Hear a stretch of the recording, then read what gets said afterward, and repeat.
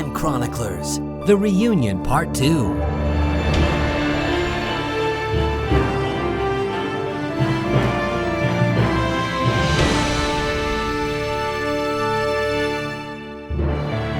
Last time. Since we still have a few months before the replica of the HMS Beagle docks in San Pedro, I thought I'd do a couple of stories on the background of evolution before Charles Darwin came on the scene. Getting sent down here in the depths of the mine went exactly as planned. Do you think they'll check the slough? I highly doubt it. Let's get out of here. How far have we gone? Probably about 3 miles. We need to go about the same distance to get to the bigger canal. Then to the river. Can you make it? I'll make it. What happened to sticking up for each other and watching the words that come out of our mouth? I guess we're trying, Dad. I want you to stop and consider how we can be more Christ-like in our attitudes toward each other. Lovely breakfast, sister. Dashel, thank you for coming down from that fancy law school and staying on after the funeral. Do you know those men? Oh, no! I believe those are the men who burned the barn and stole Jimmy. We're looking for a journal with research. You better let us know, 'cause me boy here often gets an itchy trigger finger. Let me just say, for a Christian, they would have to give me some straight answers as to why they ignore the science behind the Big Bang. Well, Jared, I'm going to get down to the bottom of it. Let's hightail it out of here. Where's the back door? I don't know, in the back maybe? We must hurry and follow those men before they get too far ahead of us. I made my own son the bait. What? I knew they'd lead me to him. I'll explain on the way. Let's go. And now, Time Chroniclers, The Reunion Part 2. Lucky for that lady, the constable rode up when he did. Between you and me, I'm kinda glad. On either shake he was. She spilled it all to us though, didn't she? Poor foolish woman. Will you recognise the man we left him with? I will. There he is yonder. I'll do the talking. Can I help you, gentlemen? We're the ones that left you a boy a few weeks ago. Yeah, so? So, we need to see him about a very important matter. Okay, but it's gonna take a while. He's way down in the mine. Sounds like in this business you work your way down instead of up. That's brilliant. You see, now that's why I do the talking, right? Hey, it's just the opposite. He and a young boy tried to escape the other night, so we put him at the bottom of the mine. How long's he been down there? Put him down there this morning. It'll be interesting to see how they're holding up. Oh, here comes someone from down there now. Bob. Yes, sir? Get me the young boy, Tom, and the older one, Jimmy, from the bottom floor. They haven't been there since my shift. They've escaped. We know straight where he's going. Home to Mummy. I'll take care of it, sir. Klein. Yes, sir. Get Jasper and track him. Jasper!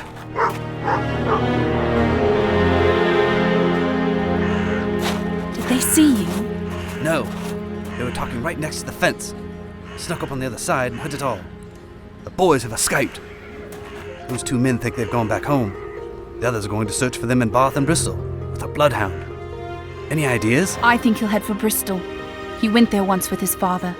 He would know that he could start at the port there and find the River Severn and follow it home.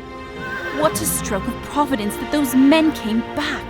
Let's get back to the horses and beat those men to Bristol. I might say, you ride quite well for an old married woman. Just like the old days, brother.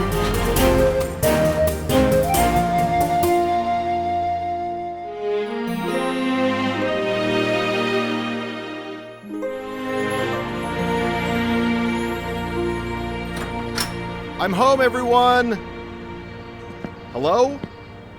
Is anyone here? Hello? Oh, hi, Jacob. Hey, Esau. Boy, this place is a dump. Oh, hi, Dad. You're home early. Hey, Dad. Well, I'm glad somebody's home. Mom had to work late. And Heath wanted to stop by the game store, but he got a late start because he has detention again. You're kidding. And I'm headed over to the library. That's not what you told me. What do you mean, Hope? What's going on here, girls? It's just that Winnie's lying to you. Hope, why are you saying that about your sister? Because it's true. Winnie? Well, I was planning to go to Julie's house before you got home, but I didn't think you'd let me on a school night. So you lied? Winnie, you've never lied to me like this before, have you? No, I'm sorry, Dad. I just really wanted to go. What does the Bible say about that? Probably not to. I want you to go to your room and find out. I want chapters and verses on lying and what God thinks about that. Okay, Dad. And Hope. Thank you for the information, but it saddens me that you seem so happy to deliver it. Please, just go to your homework. Okay, Dad. When can we come back down? I'll let you know. What's going on around here? The house is a mess. Nobody's ever here. Hope's disobedient. He's either in detention or gaming. The kids are always at odds with each other. And now Winnie's lying to me. Dear Lord, will you forgive me? I need your help to show me how to lead this family.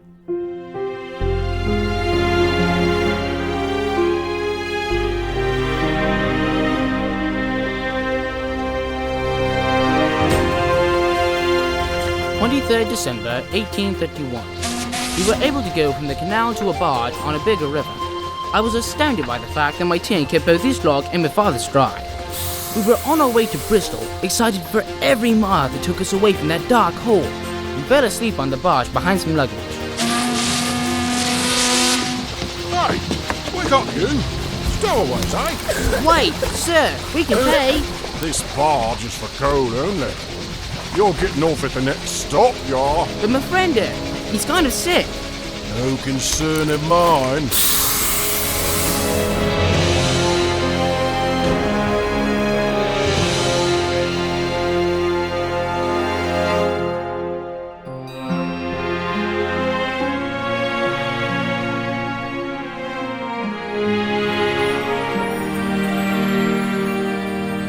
Hey, Dad. Hello, Winnie.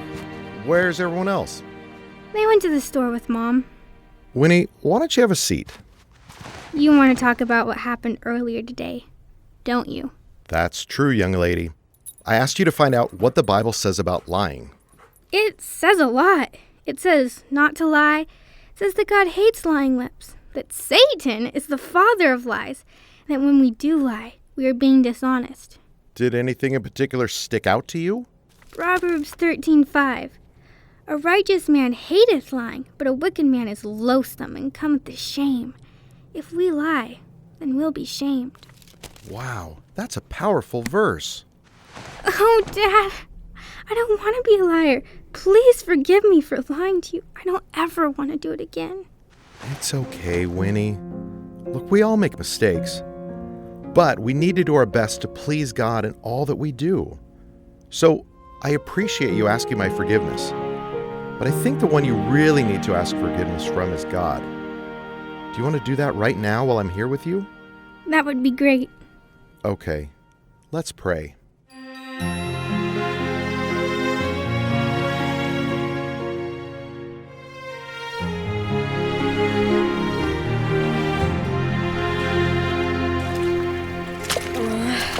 It's starting to be dark out, Jimmy.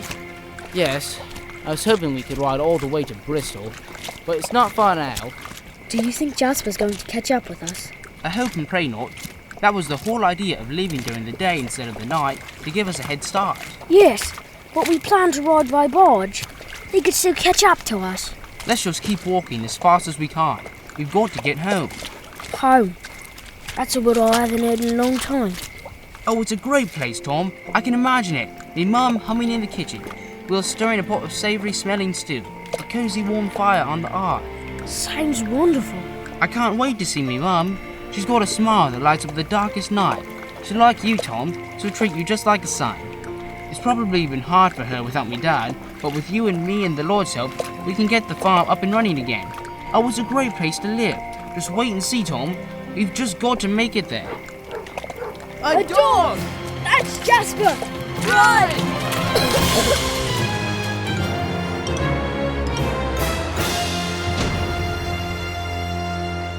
Heath! Heath, are you in there, son? Son? Dad? May I come in? I guess. So, how was school today? Fine. Your mother told me that your school called and said that you're not doing your homework. Is that true? I guess. And I've noticed a few other things. You're the one who's supposed to take out the trash, and I've actually been the one doing it. And you told me you were going to mow the lawn last week. I just feel like lately you're not giving it your best. What's going on? I guess I've just been busy. With what? I don't know, Dad. Just stuff. Seems like in this family we're all kind of doing our own thing. Hey, I'm involved in your life.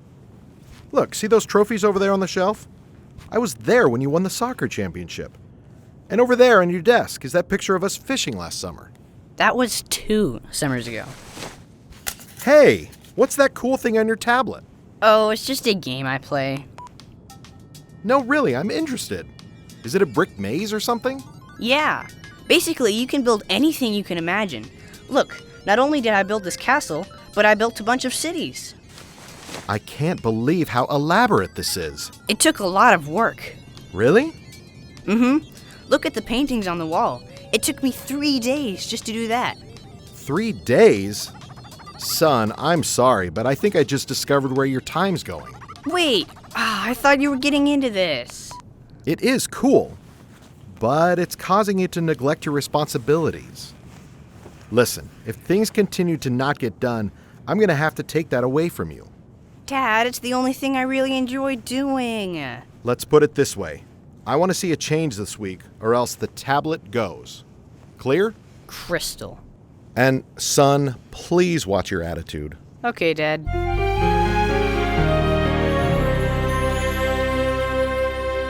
Hey, Scott, it's getting late again. Yeah. Sorry, Suzanne. You're probably waiting for me to come to bed. It is almost midnight. Jared made me start thinking about the science of the Big Bang. What do you mean? Well, I guess I've just always assumed it was true. I mean, that's what we all learned, right? Of course. So, I just figured that when the Bible talked about creating, the Big Bang just kind of fit into it all.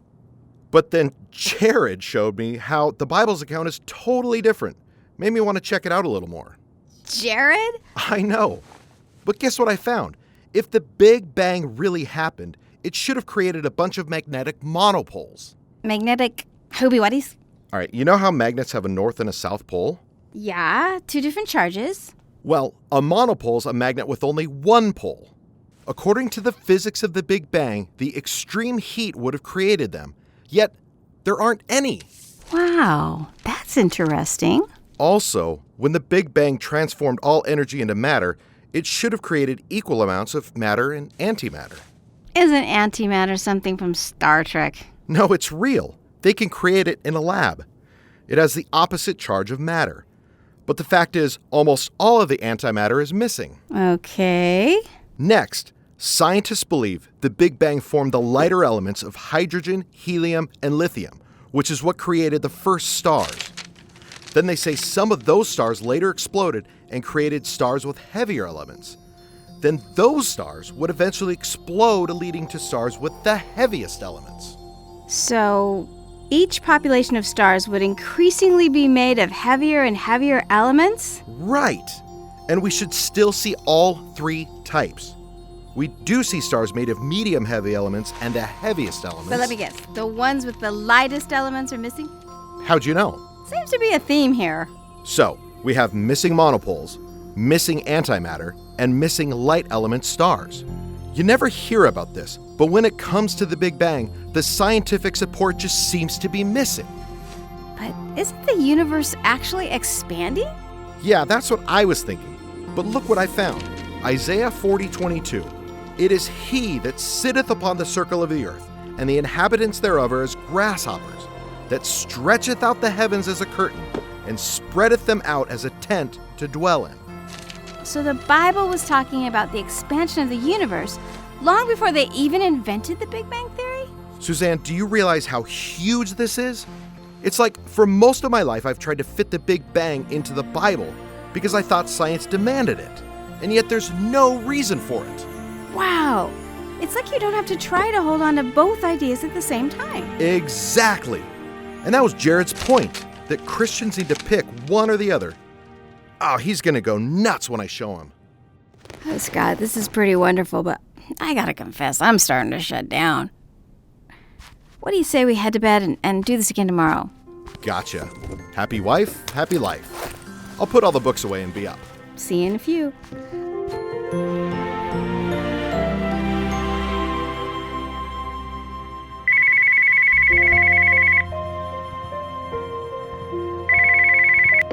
Hello? Penn Residence? Oh, hi, Cindy! Scott? Oh, he's right here doing some research. How's Australia? Cindy? Are you okay? Scott? It's for you. Hey, sis. What? When? Oh, no. I cannot believe it. Okay. How's Mom? I love you, sis. I'll be there as soon as I can. What is it, Dad? Is it your mom? Are you okay? What's going on? Guys, it seems that Grandpa has passed away. Grandpa. He died earlier today. This just doesn't make any sense. I mean, he was the caregiver, the healthy one. I guess it took its toll. Honey, I think I should be there to help out. Shouldn't we all go? I guess we could. I'm just not sure how this is going to work with my job. Can the kids get off school? I think so. For their grandpa's funeral. Can you work from your laptop? I'll check. Can you get off for the week? Hey, it's real estate. I'm an independent contractor. Carol would love to take my appointments for me. It just means less income for us. Are we staying with Grandma? Yep. Is she gonna be okay with that? Isn't she kind of going crazy? Not crazy. She does have Alzheimer's, though. It just means she forgets things.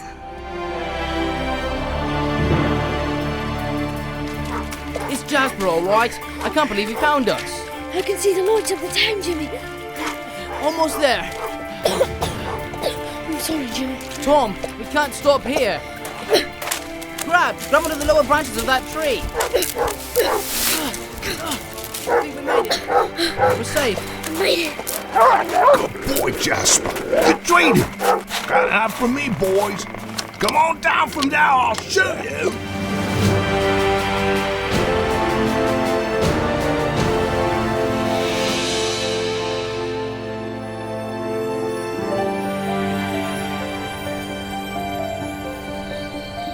I thought I'd find you out here. What are you doing? Looking up at the stars. You can actually see them tonight. Wow. It's a Los Angeles miracle. The haze and lights must be just right. Look how big and beautiful it is up there. They just stretch out forever. When I look up like this, it just reminds me about how small we are. Just little dust specks floating on a little planet tucked away in this part of the universe. Are you all right, Scott? I'm not sure, Suzanne.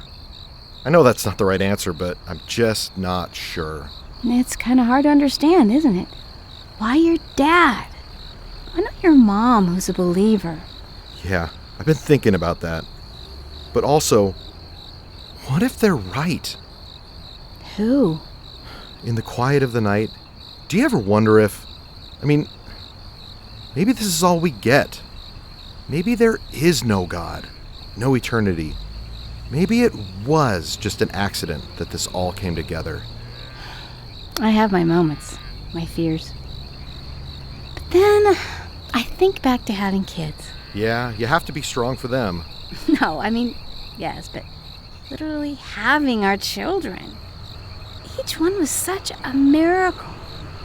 Remember when we first saw the ultrasound of Winnie's heart beating? Who could forget that? It was amazing. And if that wasn't enough, then we had Hope and Heath, twins. Yes, that was incredible times two. How would that have just happened, Scott? How? I know. I do know that. And just look up there. Look how well all of this is designed. That big, huge universe, and Earth is right here where it needs to be for life to exist. Just the right distance from the sun. Our world's fine-tuned with the right temperature, air to breathe, the only place where water exists in 3 states. Plants give oxygen, which we need. We give off carbon dioxide like they need. It's not an accident. It was perfectly designed to house us. Just like a mother is made to hold a child. It's a love story about a God who carefully prepared a home for us. A perfect place until we rebelled. And that really destroyed things. That's when death began. The wages of sin is death. But God didn't leave it there. He sent his very Son to take our place upon that cross. In our place. And like Romans 10:9 and 10 says, that if thou shalt confess with thy mouth the Lord Jesus, and shalt believe in thine heart that God hath raised him from the dead, thou shalt be saved. Scott, eternity is real. This life is not the end. It's just the beginning. So what does that mean for my dad? Where is he? I'm sorry, Scott. I know God is good. We have to believe that. But he gave your dad many times to receive him. And maybe he did. We don't know what the final moments of his life were like. We just don't. Mom, are you guys out there? I'll be right there, honey. Guess I better check on those little miracles. Scott, do you need some more time out here? Yeah, I think I need to spend some time and just seek God. I'll meet you inside in a little bit.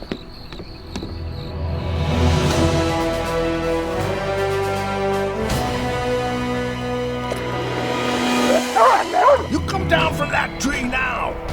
You're gonna have to shoot me. I'll never come back. No one! Excuse me, sir. I wouldn't use that if I were you. Mom! If my husband taught me one thing, it was how to use this. Now drop your weapon. Aye? Who are you? And call off your dog. Jasper! Oh! Uncle Darshall? Come to me, Jimmy. I can't believe you found me. But these boys is escapees from my mind. Excuse me. What do you mean by escapees? Is your mind some kind of prison camp? Oh, no. But we can't leave. This boy here is my son. He was kidnapped by 2 men, which we followed to your mine. Here is a poster stating just that. I was prepared to give it to the newspaper. And I believe the evidence will be in our favor to the fact that you aided and abetted these men and kept him beyond his will. That he did? Thus, you are an accessory to kidnapping. Oh, what? Rest assured that the proper authorities will be notified and your mine will be investigated. And since this other boy is not in a prison camp, it should be up to his parents whether he goes or stays. Oh, his parents is dead. Are you his legal guardian? Well, no one said as much. We just here to look after the boys. Is that why you sent the dog after them? Then it remains to be seen what will happen to him, and we'll contact the proper authorities. As for you, I think you will need to get your records in order. Now off with ye! All right. Yes, good riddance. Isn't that right, Tom? Yeah. Tom? Tom? He's fainted!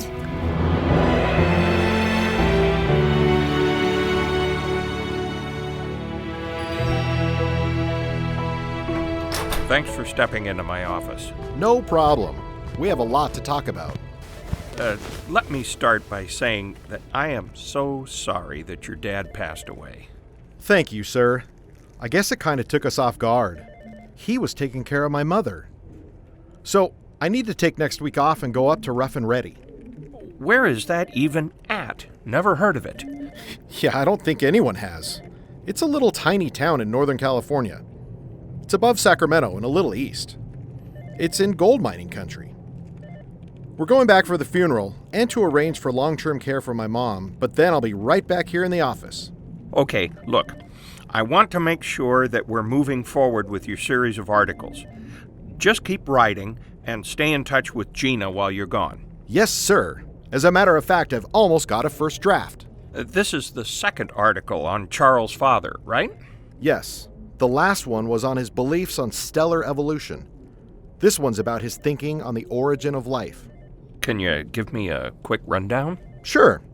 In some of his writings, Erasmus talked about how life began under the sea. Check out this quote from my article. Organic life beneath the shoreless waves was born and nursed in ocean's pearly caves.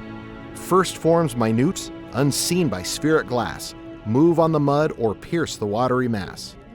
These, as successive generations bloom, new powers acquire and larger limbs assume, whence countless groups of vegetation spring and breathing realms of fin and feet and wing. That's from his book, Botanic Garden. Scott, you've done a great job setting the scene for Charles' voyage on the Beagle. I had no idea his grandfather had already written so much about evolution. Well, thank you, Mr. Braddock. Me either. I've been learning so much on this project. By the way, at one point, Erasmus had the words E conscious omnia painted on the side of his carriage. That's Latin for everything from shells. It was a strange bird, eh? A little eccentric, I'd say. The Christians of his day were upset by it, so he finally removed it. Reminds me of the Christians today, so opposed to science. Oh, wait, sorry about that, Penner. I forgot for a moment that you believe. No problem, Mr. Braddock. This project is helping me to define better what I really believe.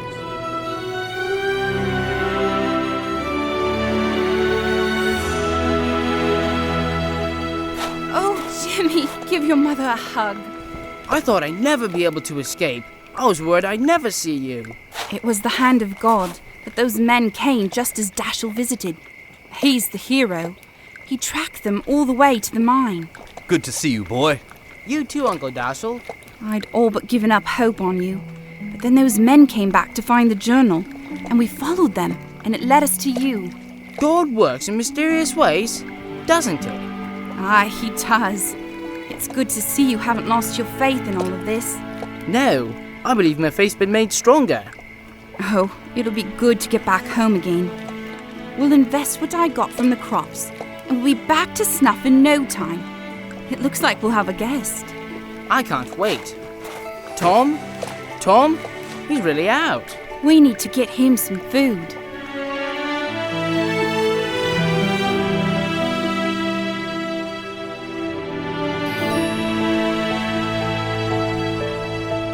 Scott, I personally don't see the problem for these militant Christians. What's the big deal? Why not just go with the idea that God is using evolution to create? That way, they can have their cake and eat it too. Maybe. Sir, I would have said something similar to that about the Big Bang. But through all the research I've done, I think I'm starting to ask some bigger questions. But you don't deny the origin of life, do you? I mean, do you have a scientific case against the idea that life arose in the sea? Well, I need to research it further. But my first thoughts are, if there was a continuous chain of evolution from that first simple life to modern humans, where did Adam and Eve come into the picture? Well, maybe they weren't real people. Maybe they were just symbolic representatives of humanity. Maybe. But if they weren't real people, did they commit a real sin? Did they really rebel from God? Did they need a real savior? I mean, if we start allegorizing all of this, then it seems like the message of the Bible becomes nothing more than a story. Maybe that's all it was. A story with a bigger moral meaning. But that can't be. Earlier, I was reading Romans 5:12. Wherefore, as by one man sin entered into the world, and death by sin, and so death passed upon all men, for that all have sinned. Later, in 1 Corinthians 15:45, I read, and so it is written, the first man, Adam, was made a living soul. The last Adam was made a quickening spirit. You did those from memory. Yeah, I memorized them this morning as I was thinking about this issue. And as I say them again, it convinces me even more that Adam had to be a real historical person. Just as Jesus was a real man, so was Adam. He had to commit real sin to need a real savior. That's why I'm not ready to accept that life originated under the sea. Scott, at first I was nervous about letting you write this series with your religious convictions. But I can see you're really struggling with this, and it's driving your articles deep. I want to let you know you're doing a great job, and I have confidence you will pull this off. So, have a good week with your family as you say goodbye to your father, and see to the needs of your mother. Stay in touch, and we'll see you next week. You've got it, Reed. Mr. Braddock.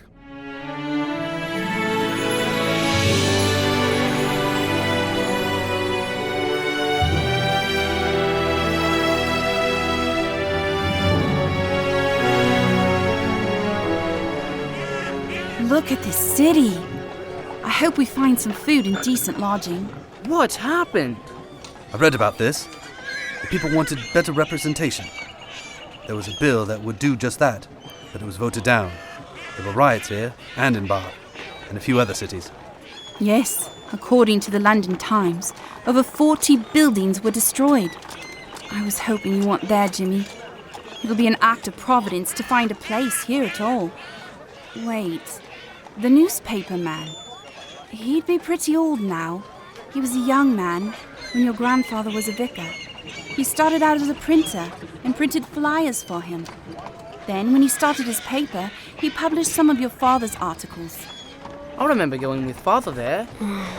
Oh, Tom! Is everything okay? We're not having to go back, are we? No, Tom. You just lay back.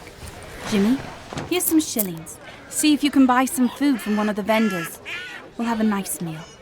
Dashiell, meanwhile, could you find the newspaper man? It's the Bristol Mercury. It should be on the main street. Tell them I sent you. On my way.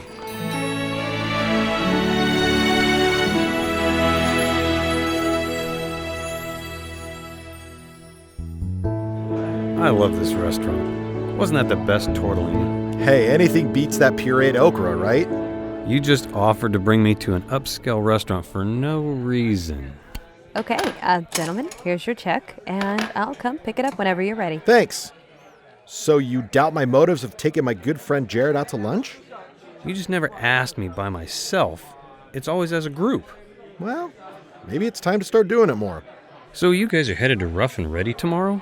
Where's that even located? I've never heard of it. Yeah, no one has. Yep, headed out there. By the way, I've been doing some research about the origin of life. Ah, that's it. What? The reason for lunch. You wanted to talk more about this evolution thing. You don't mind, do you? No, it's fine. I just knew there was a reason. However, I just want to point out that if you're using a heathen guy like me for your spiritual mentor, you're in some seriously bad shape. Jared, I don't really have any Christian friends. Like you, I'm at work 24/7. But I really enjoyed talking to you about the Big Bang. Yeah, me too. It was interesting to hear how much evidence is missing. Well, now I'm looking at the origin of life. Do you know, it's the same thing. What? There's not really any science to the idea that life started by natural processes. Well, supposedly it began under the sea, right? Everyone thinks so. But listen, I found out there's a law of science known as the law of biogenesis, that life only comes from life. They talked about Louis Pasteur and how his experiments showed that the spontaneous generation of life is impossible. Remember his famous experiments? Sure, I guess that makes sense. I remember learning that in my Biology 101 textbook. But then remember what they taught in the next chapter? That the first life came from the ocean or space, that non-living material became alive. Wow, that's kind of a problem. But I've heard that Miller created amino acids in the laboratory, and that NASA scientists have found the building blocks for life on rocks from space. Yeah, but I checked into all of these. They have suggested that it started in the oceans or near a black smoker vent or in space with a spark of electricity on the backs of crystals. They have so many different theories because no one can explain it. Really? In all their scenarios, they believe that non-living material self-organized itself into the components needed for life. But life is so complex that man can't even explain it. So how do they think that natural processes without intelligence could engineer such a feat? That's a fair question. As a matter of fact, I came across a website where a man by the name of Harry Lonsdale offered a potential research award of $2 million for the person who could solve this mystery. Wow, sign me up. Yeah. He awarded the money to some teams to try to unravel it. On the website, it says, "These researchers are among the best in the world, and I am excited to see the results of their work."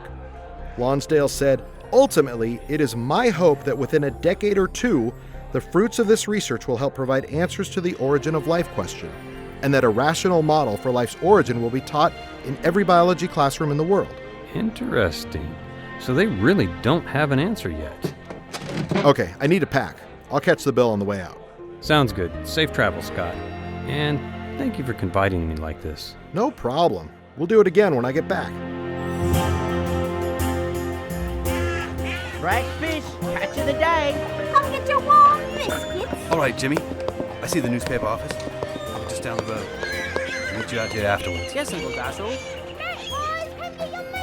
Catch of the day. Hello, what can I do for you? Excuse me, sir. Do you have any cooked meats? Or stew? Your friend is not feeling well. If you have shillings, I do. I'll take 4 bowls of it. Here you are. Catch of the day. Be quick about it. I'm closing up soon. Is it that late? What's a nice watch you have there? Thank you. Say, you look like a miner. You didn't get it from Luton, did you? No, sir. It was a gift from my father. It has an interesting symbol on it.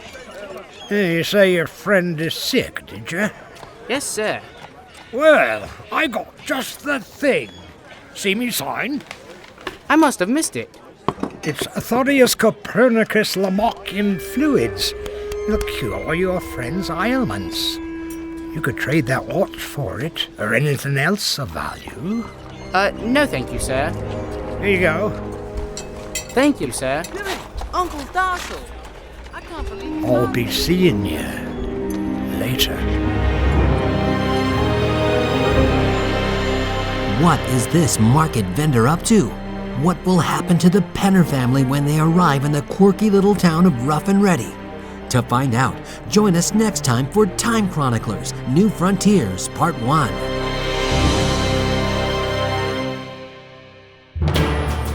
Time Chroniclers is a production of Creation Quest. While the story and characters are fictitious, they are based on real historical and scientific facts. To learn more about this series or for more tools to learn the scientific evidence for creation, please come to timechroniclers.com. That's timechroniclers.com. Our special thanks to our cast in order of appearance. Clive was played by Ethan Heckman. Marley by Chris Heckman. Jared and Horace were both played by Harold Tarter. Bob was played by Kyle Justice. Klein was played by Andy Froyland. Marion was brought to life by April Ely. The voice of Dashiell was played by Ryan Moretti. Scott by Rick Carhart. Winnie by Summer Roy. Hope by Melody Roy. Jimmy was played by Jaden Berthoff. The sailor was voiced by Dwayne Riffenberg. The voice of Tom was Joshua Yoon. And Heath by Ruben Edisham. The part of Suzanne was voiced by Sandy Roy. Mr. Braddock was played by David Gislon. The waitress by Janessa Cooper. And the market vendor was John Lose. Today's episode was written by Sandy, Pat Summer, and Melody Roy. Sandy Roy was the cast director. Our dialogue editor was Summer Roy. And Pat Roy did the sound design. Original music was composed by Connor Savoca. The actors were recorded at Calvary Baptist Church in Paradise, California. And I'm Frank Montenegro. Make sure to join us next time as the Penner family finds themselves wrapped up in an unsolved mystery when they arrive at Grandma Ellie's house in Time Chroniclers, New Frontiers, Part 1.